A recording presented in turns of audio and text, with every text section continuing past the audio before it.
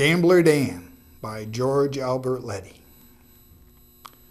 Through 20 years of living hell, of mingled love and hate, cursing the stranger, blessing his knell, oh God, what a terrible fate.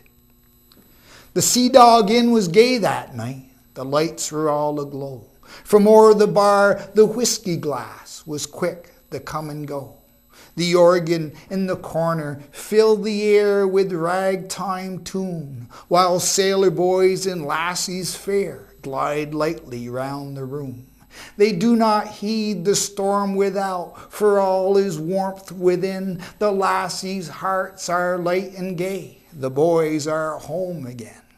The old box stove that had for years bid welcome from the cold, far dearer to the sailors' hearts than were the shining gold, now crackled as the fire burned the pitch from out the pine, and shed a glow across a face so wrinkled yet so kind. It was the face of rising moon, the last one of a band of redskins whom the whites had driven from this very land. A sailor called the redskin's name. "Come, rising moon," called he, "we'll drink your health as one who's lived as white as whites can be." The old man did not heed the words, but gazed with steadfast eye into the mass of burning coals where embers glow and die. Again they call, he heeds, he comes, holds high the sparkling glass, cries, "Drink, for ere another sun some man will drink his last." "What mean ye?" cried the jolly tars as laughter filled the room. "Be this a warning or a threat? Pray tell us, rising moon." "Jest not," he cried in trembling voice, "but pray, for death is near. The vultures soar above the camp. The very air seems queer. The story that I read tonight among the living coals will come as sure as ocean waves before the high winds roll." A sneering laugh resounded from a corner over where slick Gambler Dan was lolling in his big and easy chair. "Come play the game. Tonight I'll stake 100 in the pool. Don't waste your time a-listening to that poor old Indian fool." "Play not the cards," the redskin cried, "but pray ye everyone, for God will judge some crime-stained soul before another sun." A gust of wind has swept the cards. They scatter on the floor. And there among them lies a form that tumbled in the door. Of man or beast, it's hard to say. They raise the shaggy head. Within the bloodshot eyes, they see a soul by vengeance led. In snarling, curring voice he cried, his form convulsed in pain, "Give me a drink of your cursed rum to cool my burning brain." The brandy flask is quick to come. He drains it to the last, then wildly springs upon his feet. His breath is coming fast. "Look, look," he cried to Gambler Dan. "Look, look," he cried, "'tis I, the man who saved your worthless life, who'd ought to let you die. The man who sprang into that wild and roaring watery hell and dragged from there a serpent to bring home to little Nell. Yes, little Nell's my daughter, man, and motherless from birth. To me she was the fairest creature ever on this earth.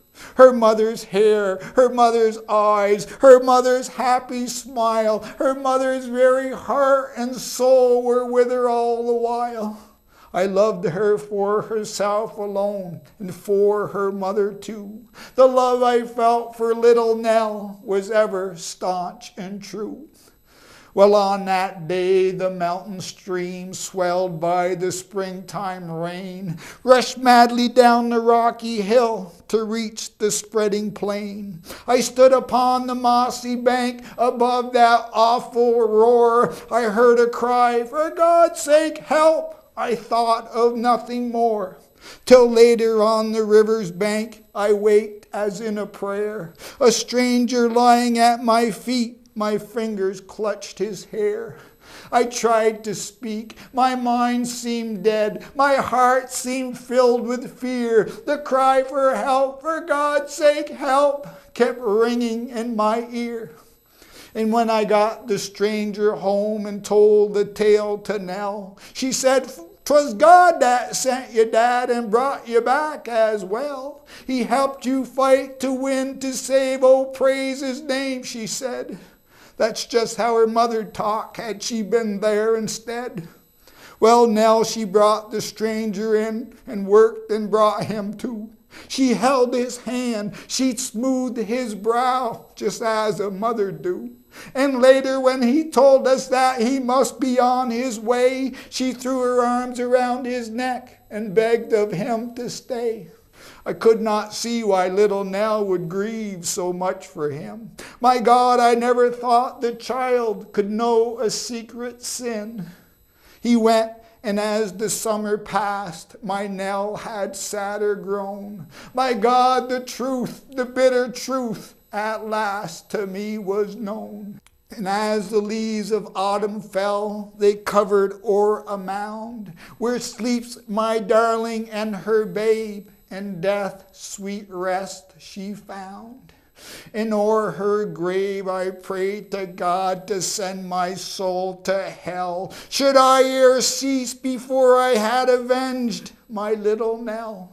He tried me hard to see if I were firm unto my prayer. For 20 years he sent me on and on, I know not where.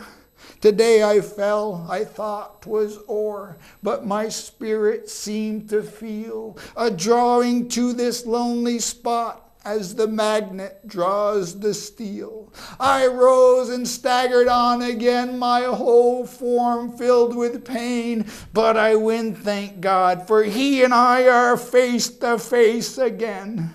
The vows I made above her grave, tonight I'm going to fill. The cur who wrecked her sweet young life, tonight I'm going to kill.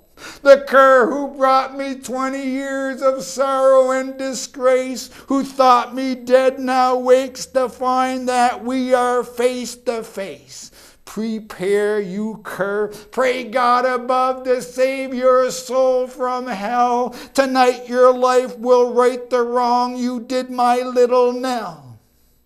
A crash of glass, a window smash, slick gambler Dan is gone. A beastly cry, a tiger spring, the race for life is on. The old man pauses where a cliff o'erhangs the rocky shore. Again that cry, for God's sake help. He knows that all is o'er. With bowed down head he wanders back. His step is weak and slow. He helped me win, oh praise his name, Nell said so long ago. He pushed aside the brandy flask. He said no, nevermore. He staggered and we laid him there upon the barroom floor. His time-worn face bright with a smile, his eyes are opened wide. With outstretched arms he cried, "My Nell, I found you." Then he died. The wild waves lashed the rocky shore like beasts on fury bent. With lightning flash and thunder roar, the blackened skies were rent. Within they do not heed the storm, strong men with bowed down heads. They murmur prayers they long forgot in honor of the dead. The redskin raised the sparkling glass, cried, "Drink, for all is well. A noble soul's in heaven, men, and a crime-stained soul's in hell."